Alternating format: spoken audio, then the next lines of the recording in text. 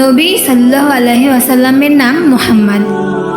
বড় আজীব নাম, মানে অনেক প্রশংসিত। আরবের মুশরিকরা দুর্নাম করতে গিয়ে বিব্রত হতো, কারণ দুর্নাম করতে গিয়ে শুরুতে নামটা উচ্চারণ করতে হয়, আগে স্বীকার করে নিতে হয় তিনি অধিক প্রশংসিত।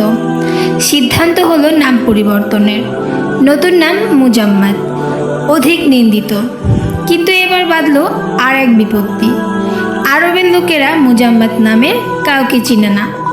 আল্লাহ তার প্রিয় বন্ধুর এমন নাম রেখেছেন, কেউ দুর্নাম করলেও আগে স্বীকার করে নিতে হয় তিনি অধিক প্রশংসিত। লাকাল হামদু ইয়া আল্লাহ। হে রাসূল, আপনার জন্য লড়তে পারি।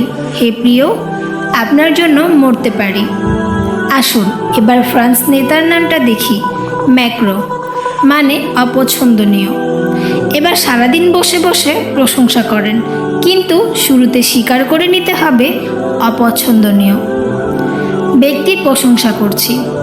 লাকাল হামদু ইয়া হাকিম।